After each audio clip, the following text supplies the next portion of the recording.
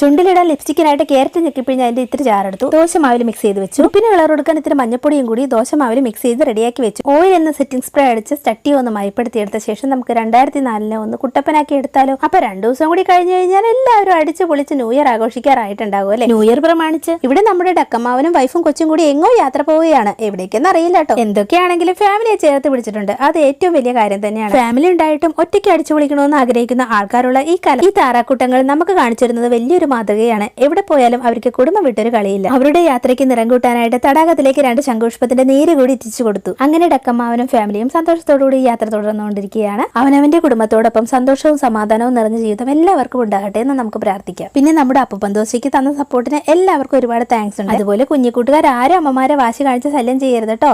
അവർക്ക് സമയം കിട്ടുമ്പോൾ നിങ്ങൾക്ക് ഇതെല്ലാം ഉണ്ടാക്കി തരും. അപ്പോൾ 2024 കൊണ്ടുള്ള താറ ഫാമിലി ഇഷ്ടപ്പെട്ടവര് ഈ വീഡിയോക്ക് ഒരു ലൈക്ക് എടുക്കാൻ മറക്കല്ലേ. ഇനി അടുത്ത വീഡിയോയിൽ കാണാം കേട്ടോ. അതുവരെ ബൈ ബൈ.